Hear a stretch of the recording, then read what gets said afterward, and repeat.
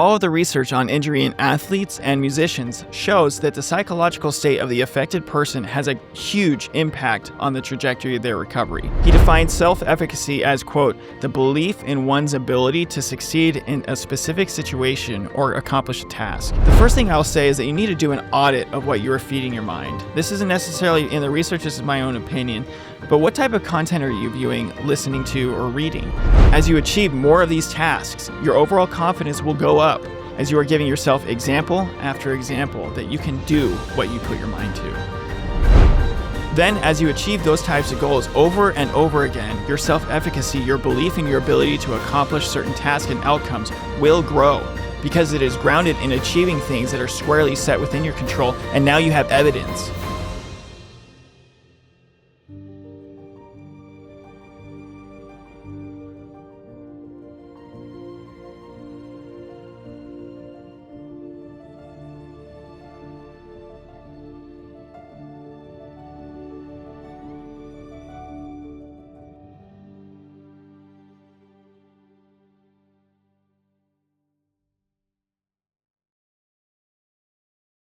Hey everyone, welcome back to the show. Today is going to be a short episode, but I wanted to share a psychology principle that has everything to do with how an injured musician deals with injury. And make sure you stick around to the end because I'm going to be giving you some actionable strategies on how to apply it. I've shared bits and pieces about it in the past on social media, and some of the guests on the podcast have as well, and that is the concept of self-efficacy.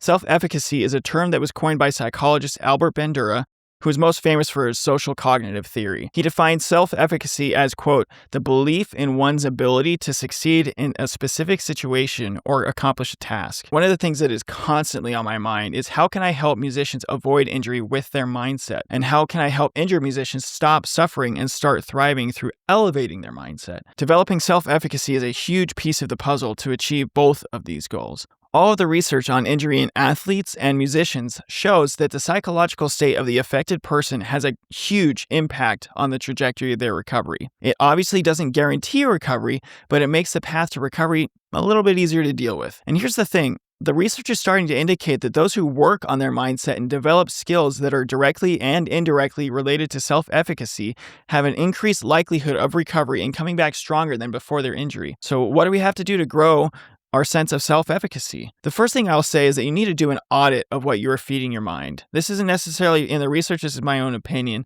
but what type of content are you viewing, listening to, or reading? Does it help build your confidence in your ability to recover, or does it destroy your confidence? So let me give you a quick example.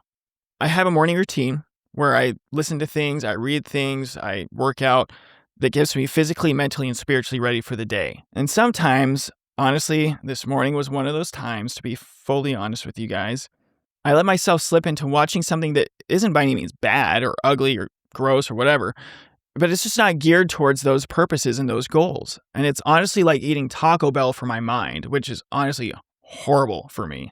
I'm not a huge Taco Bell fan. Hey, real quick, sorry to interrupt the episode, but if you are a musician who's going through an injury right now and you feel like you could use some extra help or some extra coping strategies to help you get through this really sucky, difficult experience, head to musicianunchained.com/let's hang to see if a coaching relationship would be right for you at this time in your recovery. Okay, enjoy the rest of the episode. So here's a secret. Take in more things that build your confidence instead of destroy it. I know, shocker, right? This could look like following inspirational individuals on social media that regularly post content that is motivating or uplifting to you. And I've had a lot of people tell me that they had to step away from watching videos on social media of their peers performing, comparison is a thief of joy, and instead listen to the music or individuals that remind them why they are a musician in the first place. The second way is to audit your self-talk. Dr. Bandura calls this verbal persuasion. And when he talks about this, he's also including the words others say to you, which in my mind ties into the content you are feeding yourself on social media and other platforms. But where do your thought patterns go when you're working on a task? Some things that help me get into a state where my self-talk is more helpful is practicing gratitude, genuinely celebrating the things that I do well, and replacing negative thoughts with truthful, more positive statements. Instead of entertaining thoughts like, why am I not getting any better at this? Replace that thought with, I'm doing everything in my power to recover in this moment right now. I wonder what else I haven't considered that could help me. This point deserves diving way, way deeper into, but for the sake of this episode, I'll leave it at that. And number 3, research shows that employing mindfulness techniques helps athletes, in this case of the study that I'm mentioning right now, but in our case, musicians, helps them boost their sense of self-efficacy. Things like breathing exercises, exploring each of your 5 senses in the moment to ground you in the present. What do you see right now? What do you hear right now? What do you smell right now? Things like that. Meditation, another techniques. What this does is that it grounds us in the present, when one of the biggest damagers of our self-efficacy is worrying about the future. And number 4, set task-oriented goals rather than outcome-oriented goals. And I'm pulling this from the amazing work of Dr. Craig Manning in his book, The Fearless Mind, which I highly recommend you get a copy of. In this case, instead of setting a goal that I want to be recovered by X date and focusing on that, which is not fully within your control, focus on accomplishing a task-related goal to the best of your ability. Hey, sorry to interrupt the episode yet again. But I wanted to tell you that if you are also a music educator of any kind and you feel like this is a conversation that needs to be had for your program, please reach out to me at clark@musicianunchained.com and we can talk about how we can collaborate together to bring these topics, to bring these strategies to your program to help your students stay as healthy and as happy as they can while pursuing their passion.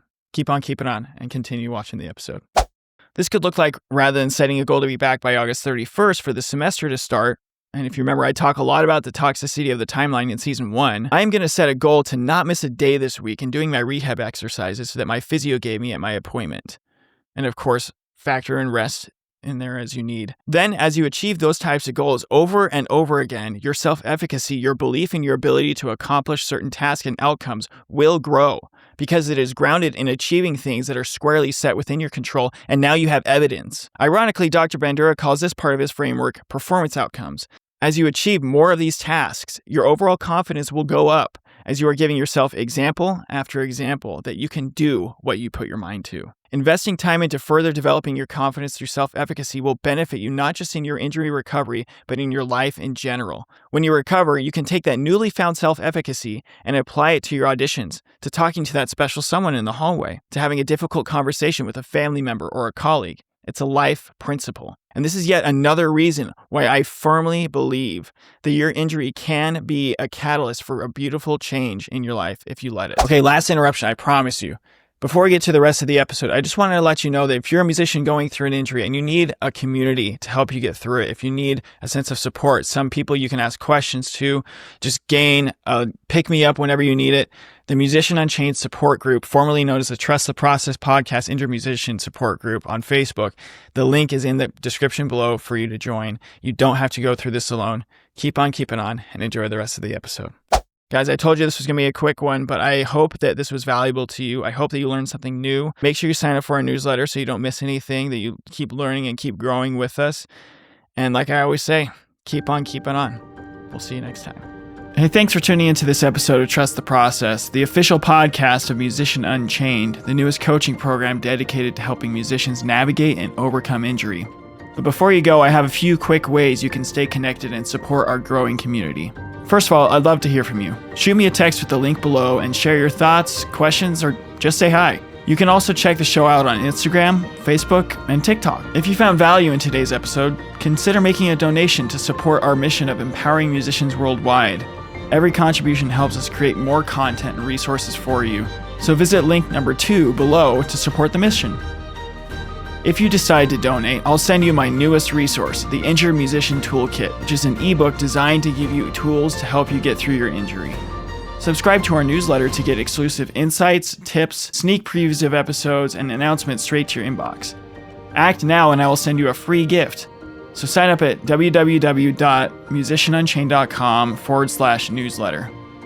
And if you or someone you know would like to go deeper with me in the topics of injury and mindset, head over back to musicianunchained.com and check out the Let's Hang tab. As always, I want to thank Daniel Baldwin, my audio engineer, and my sister Dana Lovell for her help with the promotional materials. There is no podcast without them. But before I go, I want to tell you how much I deeply appreciate your time and support. You are not alone on this journey. There are musicians and educators out there who need this resource, and we need to get it to them. Together, we are breaking the chain of old habits and thought patterns that don't serve us anymore, and unchaining the potential within ourselves to face each challenge with strength and resilience. So, as I always say, keep on keeping on, and keep trusting the process. Until next time.